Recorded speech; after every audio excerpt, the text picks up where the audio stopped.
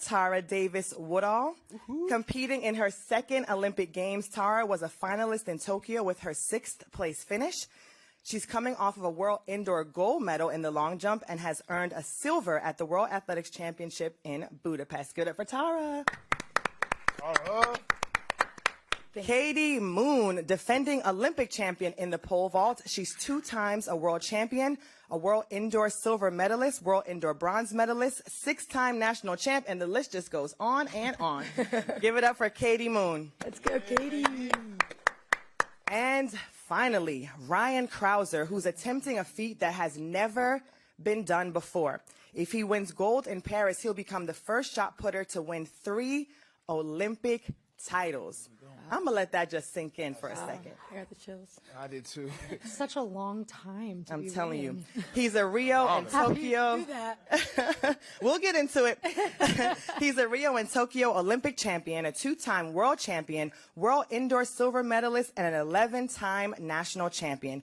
Crouser currently holds the world record in the shot put at 23.56 meters. Let's give it up for the great Ryan Crouser. All righty, well, I'll just kick it off with a very simple question to all of you. I had written a whole bunch of questions, but I'm going to leave you guys some time to ask yours.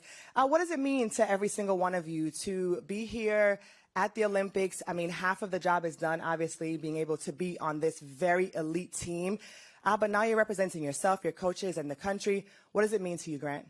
I think it's a speechless moment right now, but just kind of going forward, we have the hardest team to make. I mean, that was, in my eyes, 6% of the job. You know, the rest of the 40% is just coming here, competing, doing what we did at our trials in order to, you know, secure the gold medal. Of course, is the main goal for all of us here on this stage. But you know, just to be able just to represent our countries, our last name, who we are, our communities. I think just kind of just going forward with all that. You know, needless to say, we're all fit, we're all ready, and we're all ready to have some fun. Love it. Noah?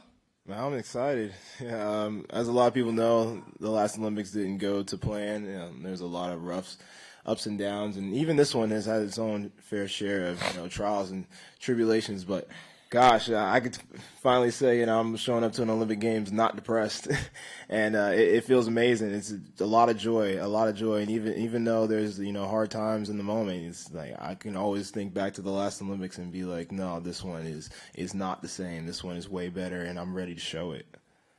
Yeah. Awesome. Tara?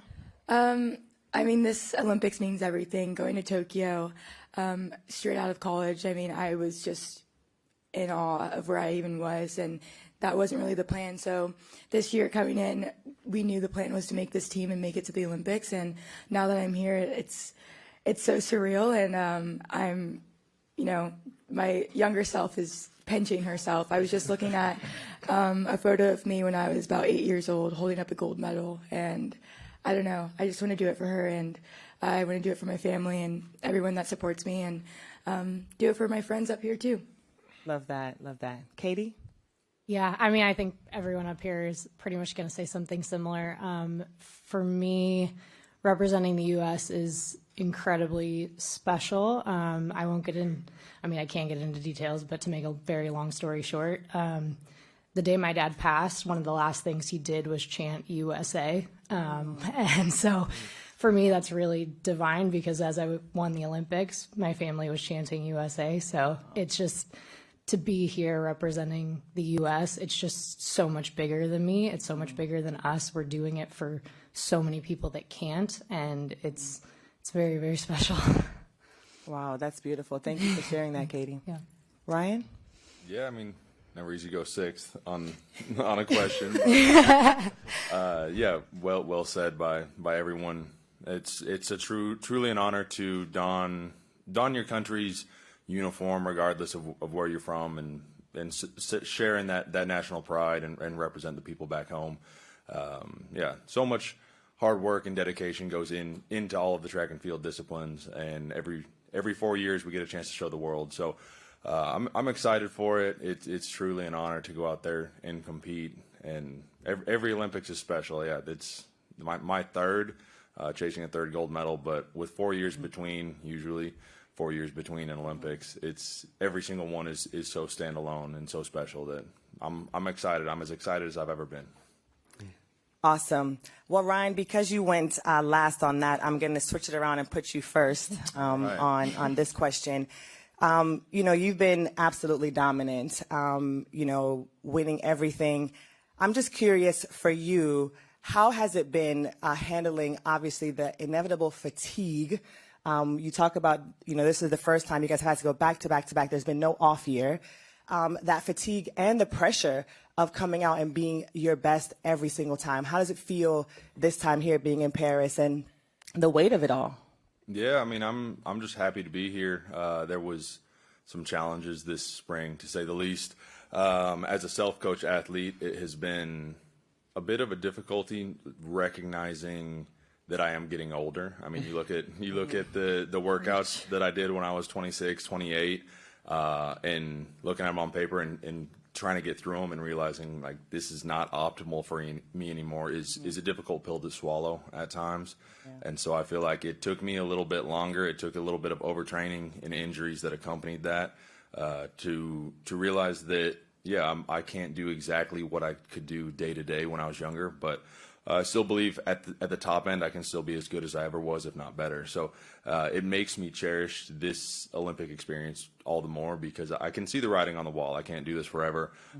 This is I know I have a limited time in the sport, and so that once you realize that, it makes you appreciate it all the more. And overcoming a couple pretty significant injuries this spring also made me appreciate it all the more because being on Team USA, especially in the shot, we joke that if the entire rest of the world had to qualify, no one would have. Not a single national championships. Wow. If you took the entire world and put all national championships, USA went 1, 2, 3. So, wow. Yeah, it was a very challenging team to make. So, I'm just happy to be here, to be honest. Awesome. Katie, you know, you're much like Ryan. You've won the last 3 majors as well. So I could ask you the same question, but I won't. You studied fashion here in Paris. I did. And so, you know, you are back. What lessons did you learn when you were here as a youngster, and how fulfilling is it for you to be back in this capacity? Gosh, yeah, being in Paris, that was my first time ever overseas. It was very scary, but incredible. It was just such a cool experience getting to do that. And when I think about who I was back then and who I am now, I mean, that was completely unrelated to pole vault. I had finally, you know, figured it out in the pole vault where I was placing middle of the pack at USA's. I wasn't making teams, but I was holding my own and still felt like I could get better. And I just feel like this whole journey has really just been one of resilience and continuing to show up. And, you know, I'm somebody that had potential from a young age, but had to work really hard at every level to reach the pinnacle at each point. It took me until my senior year of high school to win the state meet. It took me until my senior year of college to win nationals. It took me until 5 years out of college to make a team. And so it's been cool just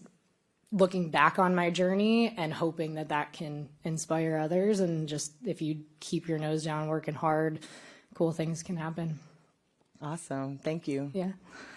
Tara, you brought all the drama to the trials. We were literally on the edge of our seats as it came down to the third attempt for you to keep your dream alive. How will that serve you here? Do you feel like now you can, under any circumstance, you know you can pull it out, or are you going to make sure you get your best jump out early? Like, what is your mental coming off of such a dramatic and exciting trials competition? Yeah. Well, it took around 3 weeks for me to fully recover from that. It was mentally, physically, and emotionally draining. I don't know. Coming into the Olympics now, I'm so excited. I think I needed that. I needed that pressure. I needed that unwavering feeling of like, are you going to make it? And honestly, it showed all the hard work I was doing through therapy and through all of my mental health work of, you know, if you can just keep your eye on the prize and you can do it. I never would have guessed that was ever going to be a thing, that I would have scratched 2 jumps right before trying to get into the Olympic trials finals. But I do think it kind of takes a little bit of pressure off myself because I can do it. I can like be the person I want to be and under any type of pressure. And now going into the Olympics, I'm here. That was the hardest part, is to get here. And now I'm here and I guess just go have fun, show the world what I can do. Yes, the first jump will probably be a little bit more safe. I won't full send like I said I was going to do. But yeah, if I just get that first jump out of the way, it's playtime. Yeah, love that, love that. So Noah, obviously you're going for a very auspicious double here, hoping to mix it up also in the relays. You talk about, you know, your mental going into 2021, and you have accomplished so much since then, and I know you credit that a lot to your mental, you know, maturity and development, all the intentional hard work that you have done to get here. How specifically are you going to use all of those experiences that you've had to be able to pull off, you know, this incredible feat that you set for yourself here in Paris? Yeah. After Tokyo, I had to really take a look at, you know, all that I'd done up to that point. And I said, you know, it's not enough. And it's kind of crazy saying that, because at the time I was like, okay, I became, you know, the 4th fastest, you know, ever in the event of the 200. But here I am still, if I'm off my game, I'm still not enough to say that I can't be beaten, because I got beat by 2 people that day. You know, they PR, and it's like, you know, it's not enough. I need to do more. I need to self-reflect. I need to say, what is it going to take for me to be confident enough to go into a meet and say, even on my off day, I'm still going to win. And, you know, that's where I put my nose to the grind. That's when I, you know, decided to get uncomfortable, get very comfortable with the uncomfortable, and throwing myself into events that is just not me. You know, this year we saw me get a silver medal in the 60 meters at Indoor World Championships. You know, there's tons of people out there who claim that I have horrible starts, and you know, somebody with a horrible start can't get a silver medal or run 6:43, you know, in the 60. You know, it's not, and that's going up against my worst, you know, part of my race. You know, I'm facing world record holders and, you know, many world champions and just people that I just, you know, they would say I'm not supposed to win. And here I am saying, okay, you say I'm not supposed to win. Let me throw myself into the lion's den and see myself, you know, forge myself out of those hard times. So as I'm going to this championship, this biggest stage in the world, I'm now saying, hey, I've been through the hardest parts. I've, you know, been at the bottom. I've, you know, fought my way back up. I've fixed the weaknesses. Now here I am, stronger than before. You know, if I lose this time, it's not going to be because I beat myself. It's just going to be that they had to be that much better. But to be honest, when Noah Lyles is being Noah Lyles, there's nobody. Exactly. It sure is, Grant.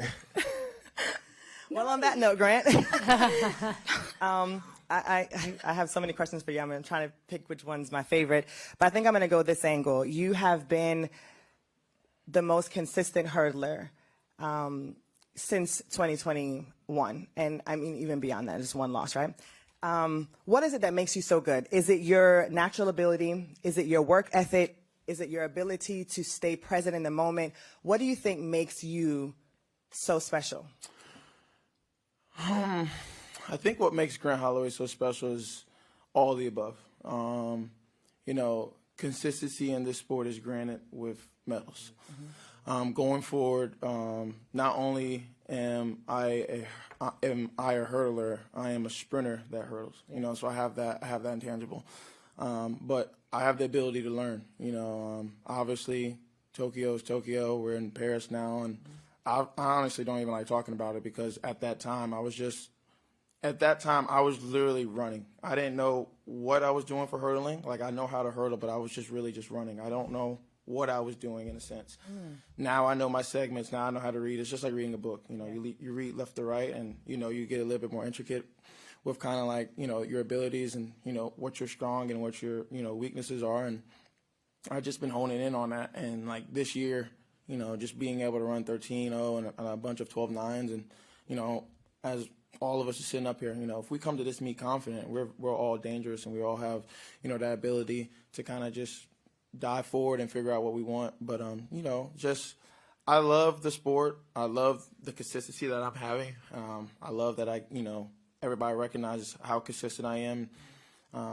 But I think really what kind of like hones in on it is, I don't know if Noah remembers this, but we were roommates in Doha 2019. Give us the tea. But like literally, we was just talking. It was just one of the days we're just laying down and we're talking and we're like, yo, like we could really, take this sport by a chokehold. Dominate. And, I think ever since then, for both of us, we've had our ups and downs, and that's track and field. It's on any given Sunday, anything can happen. But, we both just wanted to just kind of just be consistent and dominant in the sport. And, once you sign that silver lining with yourself and you have that non-negotiable contract, it's kind of just like, all right, this is what I'm going to do, and whatever I have to do to achieve that goal, that's what you want to do. Awesome. I got one quick follow-up question for you, Grant. So golf, wine, or video games? You have to give up one forever in exchange for your Olympic gold. Which one is it? Golf, wine, Or your video games? video games. I got to grow up at some point. All right, no more video games once we get this gold medal. That's You heard it fine. here first. That's fine. All righty. Well, I would love to open it up to all of you. Oh, I love that. Nobody's being shy. I love it. Your hand was up first, so you got the rare. gold medal for questions. So we're going to start with you first. Does someone have a mic or something to help us out? Or they're just going to, here we go. Thanks very much. I have a question for Noah and Katie. Noah, you exude so much confidence, and when you said when you're on your game, you don't think anyone can beat you. Does that put any pressure on you? And do you have a sports therapist who you've talked with that about? And what guidance, what things are you thinking about that can help you when you're at the start line? Yeah, I do have a sports therapist. I actually have 3 therapists. I have a everyday therapist. I have a sports therapist, and I have a grief therapist. And each one of them is for different skills and abilities. But a lot of people look at my confidence and can easily the line between confidence and cocky is so blurred. And it's all an opinion. But I usually say, if you've looked at my life and seen what I've had to go through, I've literally been told you can't do most of my life. Growing up with asthma, playing sports, it's not in the cards. Going through, school, it's not really looking like you're going to do too well in school. It's just, I wouldn't, bank on going anywhere, all right, now I got a scholarship to the University of Florida. Oh, I don't really want to go to college. Yeah, but you kind of have to if you really want to go to professional. All right, well, now I'm the first male athlete in the U.S. history to go professional at high school with my brother. You told you can't do this. Told you can't break records. But here I am every time saying I'm going to do it anyway and achieving almost everything that I put my mind to. And it's gaining that confidence each step of the way that slowly builds it up higher and higher and higher. So I can understand why some people can't see the vision that I see. And I don't blame anybody for that. But don't disprove my vision just because I want to go after it. And as that's kind of the mindset I have. And as I get to these big moments, I thrive off of these. This is what I've prayed for. This is what I dream of. These moments right here, I get more excited the bigger the crowd is. In fact, if there is no crowd, that is most likely when you will see me lose. Like when there is no, exactly, i.e. Tokyo. When there is no crowd, it is the biggest chance that I will lose. That's when you should put your chips down. But the bigger the crowd, the more likely I am to win and run fast and be the best me that I can be. Absolutely. I agree with that one, 100%. And Katie, you talked about how you have not done the traditional way. You weren't like the can't miss prospect. Was there one moment in all this where suddenly you said, I get it, it's working, where even though you weren't at the top yet, you felt there was this, you just sensed that it's coming together and yes, you can achieve it? Yes, I would say for me, that was when I started working with my current coach, Brad Walker. I had finished 5th at the trials in 2016, which I had a personal best that day and wasn't good enough. And up until that point, if I wanted something out of a competition and had a good day, I usually got what I wanted. And so that was very humbling and made me realize I couldn't keep doing what I had been doing. I had to get out of my comfort zone if I wanted to reach my full potential. And the moment that I went out there to try it out with him, he was just able to take my jump and make it better in a way that everyone had always tried to get me to make it better, but it still felt like my jump. I had never had that before because it always felt disconnected. It didn't feel right, and he was the first person that got me to do what everyone had always talked about, and it still felt like my jump, and it just made so much sense. And so even though at that point, it's the beginnings of it, I called my mom and I said, I'm so sorry I'm moving across the country because after the first day, because I knew I now had a roadmap of how I was going to make it to that next point. I always felt like I could, but it was always just this abstract, I hope I can get there. And, a year after working with him, I jumped 490. So yeah, it was the right choice.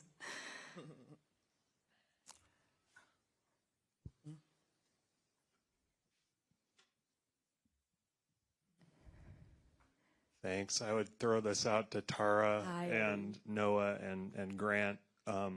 You guys compete everywhere, but you've been to the Olympics before. Do you remember a specific feeling, lining up at the Olympics? I know it's bigger than everything, that just felt different to you than, say, even a World Championships or a Diamond League meet?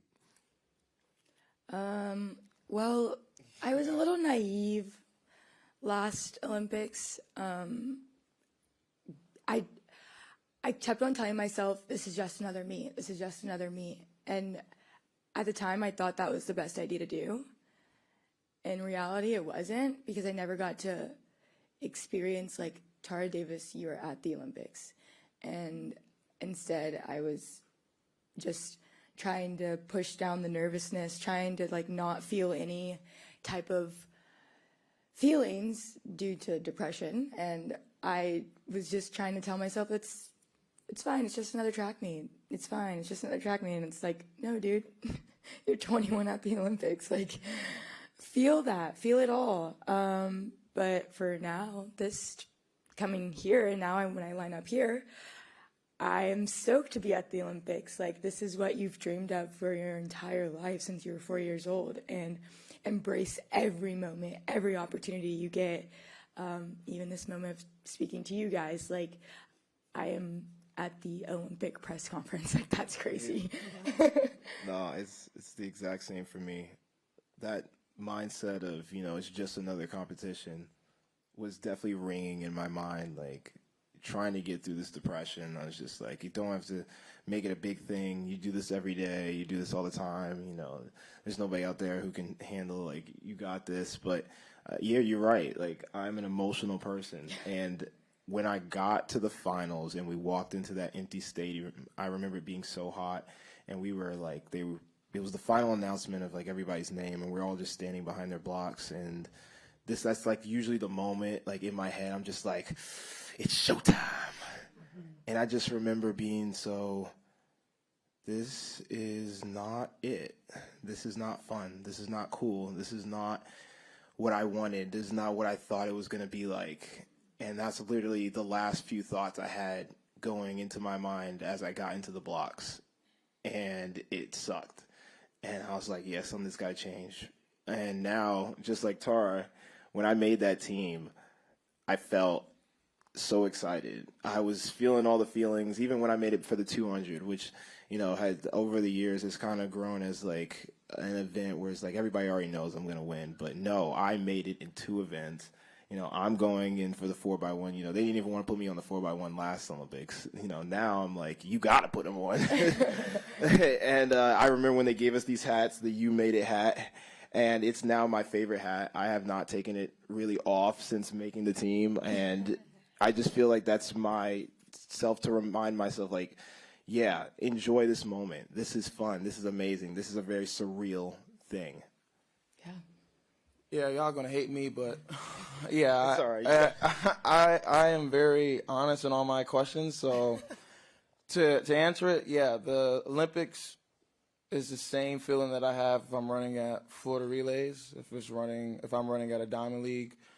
The last Olympics, this Olympics, trials. For me, it's another chance to assert my dominance. It's another chance to stay consistent. It's another chance to kind of continue on this quest that I've had with myself. Every time I get in the blocks, I've always, whatever track meet or whatever competition that I'm getting ready to go to, I kind of, visualize myself on that track, in that lane, and, executing my 10 hurdles, or if it's indoors, obviously 5. But, for me, it is another track meet. I think I've ran, I don't know how many hurdle races, but like the hurdles ain't going nowhere. For Noah and Tara, they have different variables than me. One has to get on the board and make sure they stay on the board. The other one has to go through 6 rounds, between the hundreds and then 200s. And then for me, it's the same thing. It gets kind of boring at times, but that's what makes it another track meet. Because for a hurdler, if you try to step outside your zone, if you try to do something that's not in your race plan, obviously you're going to get the result that you don't want. So to answer your question, yes, it's another track meet for me. I'm excited to kind of just go out there and just to run and make it happen. Obviously we go forward and it's the Olympic Games, but then at the same time, if you stack this Olympic Games up, to USA Trials, I think USA Trials is definitely the pinnacle. So I think this one it can definitely be a little bit at ease. Fair. If it ain't broke, don't fix it. So I'm gonna go there and then there. So in the red, yeah.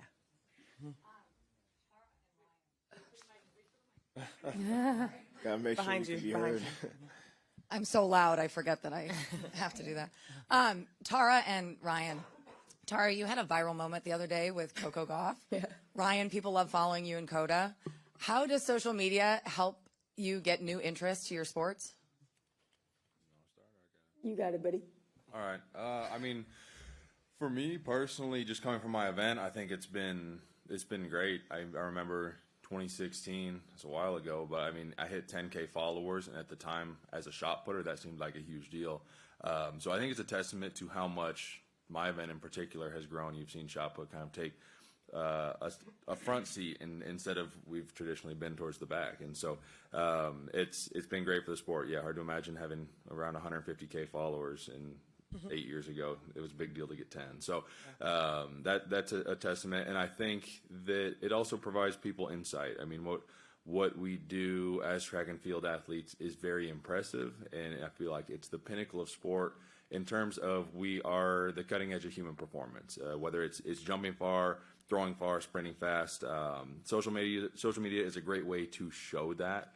When you have the 8 fastest people in the world in a race, the slow person is still the 8th fastest person in the world. And the person sitting on the couch is like, dang, that 10-1, that's slow. Like, when in reality, you're still the 8th fastest, 8th strongest, 8th best jumper, whatever it might be. So social media is a great way for us to convey what makes our sport special, because we are the peak of performance. Yeah, I think it's a bit different for me. I think having a social media, I don't know, as a content creator, influencer, whatever you want to call it. Influencer. You know what, Ryan, don't. I have people that follow me not because I run track. They follow me because they enjoy my content. They enjoy what Hunter and I do together. But it's cool because I get to have both sides, where I get to show my lifestyle, but I also get to show my sport, and we get to grow the sport in that way as well. As a long jumper, we don't get that many views, get that many eyes, so I do everything in my power to bring eyes to the sport. Whether we like it or not, those 2 fouls, they brought eyes to the sport. I had people glued to the TV, so you guys all felt nervous? Good. That's how I feel all the time. So yeah, I think social media is probably the best thing to ever happen for sports and Olympic sports, and especially for track and field. Awesome, and we can't wait to see your other half here and competing. Got to be the most beloved duo, Olympic duo, you and Hunter. You're next. Hi, so another question for Ryan. A couple of weeks ago, Ryan, Seb Coe was asked what he was looking forward to most, and he said people might laugh, but it's the shot put.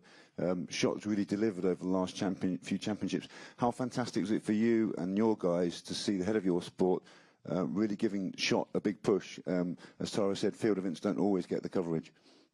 Yeah, no, it's an honor, and I think it's a testament to the level of the event in particular.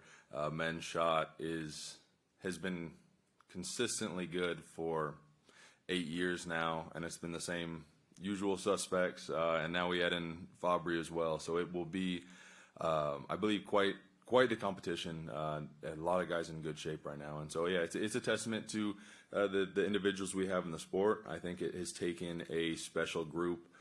None of us really have wanted to take a back seat. All of us have been fighting to be at the top, and for me, it's knowing that Tom Walsh, Joe Kovacs, Darlin Romani, all of the guys, if I'm not training hard every single day, they're catching me, they're passing me, and so they have the same attitude, and so that level of competition and special group of guys have pushed the shot to, I think, levels that no one thought it could reach, and I'm excited because every year I think if I can get a little bit better, the sport will get easier, but every year the guys seem to keep up with me and even gain a little bit, so it's been hard to pull away.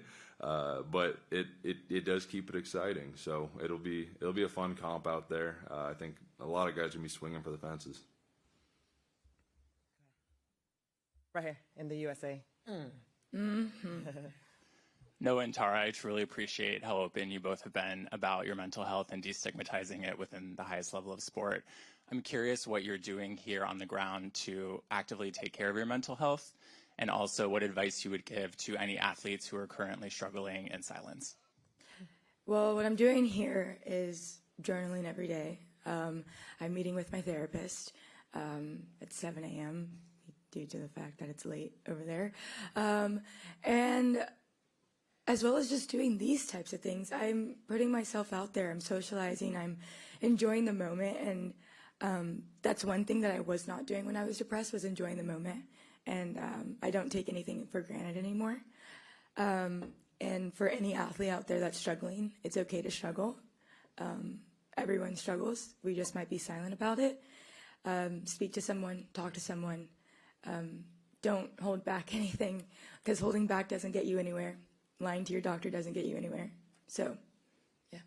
Yeah, I agree with Tara in that one, being very vocal. And this might be decently, depending on how you look at it, controversial, but I'm kind of almost I'm struggling myself with my mental.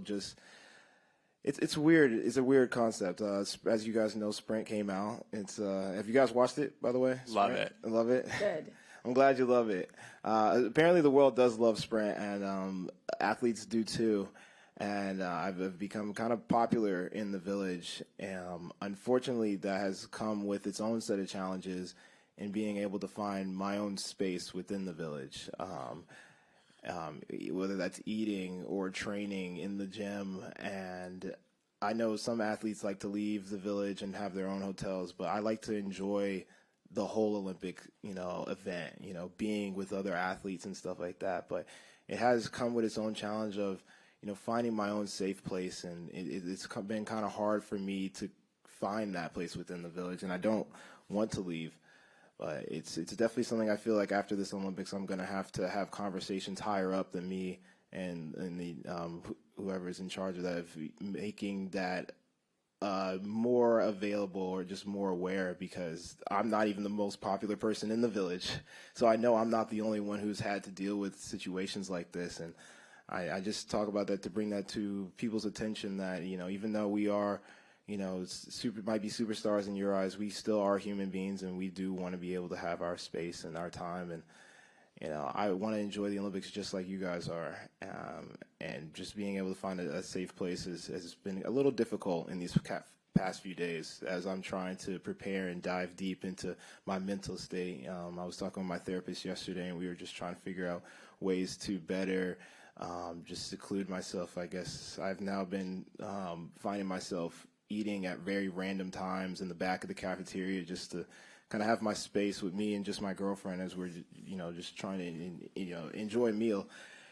So it's been just being very vocal and being, honest with myself. As Tara said, lying to yourself is going to get you nowhere. It really is. It's just another lie to yourself, and that's the worst person to lie to, because it just continuously festers as the truth of what you want to say kind of just is hidden behind a door, and it just makes you feel like you told a lie, like a real one. It's ugly, it makes you feel it in your chest. Being vocal has definitely been my biggest thing this Olympics. Like telling my team, letting my people know what's going on.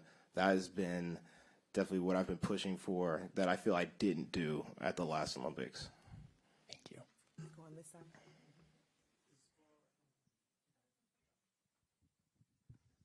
Tara, tell us what is Tara. Tara, sorry. What is the most fascinating thing about long jump? And Noah, can you get us through that fastest man discussion, please? I feel like the most fascinating thing about long jump is people don't realize how technical it is. You're not just running and jumping. There's rhythm. There's it's shining. There's rhythm. There's preciseness. There's things going on in the air that people have no idea that you can even do. It's so technical, not.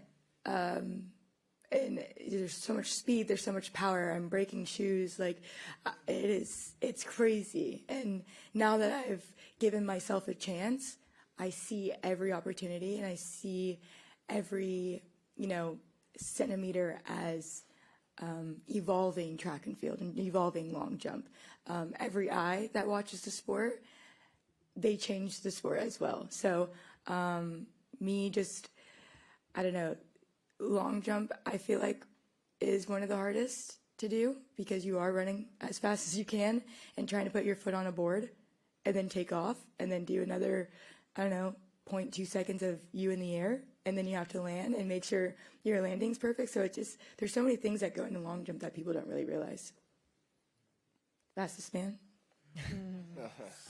What's up? Here we go. What's the question? He won't stop. It's me. It's always gonna be me. I think what he's trying to say is the tweet. So interesting story behind that. So I have delegated my YouTube channel to my main man Jack, who's my videographer, and he usually takes care of it. And he on the channel, they've been getting a lot of comments. I haven't been, conversing with him much, but unfortunately, he did release a message that talked about the fastest man comment. And although I do agree with what he said, I usually do not tend to respond to people about that. Everybody knows that the title goes to the Olympic champion and the world champion, which I am one of, and soon to be another one of. Hey. Is that it? Mic drop? All right. Well, we are going to close it out there, guys. I am really sorry. I want to thank all of you, all the media who showed up today to share the stories of these incredible athletes. We want to thank you guys for taking the time to stop by today, and we want to wish you guys the best here in Paris. And that will do it for us. Thank you guys so much again. Group shot. We're going to get a picture together. Yo, you are funny, bro. What, you want me to say I'm going to lose? No. The way you said it, it's so funny, bro. Oh my gosh. This should be pissed.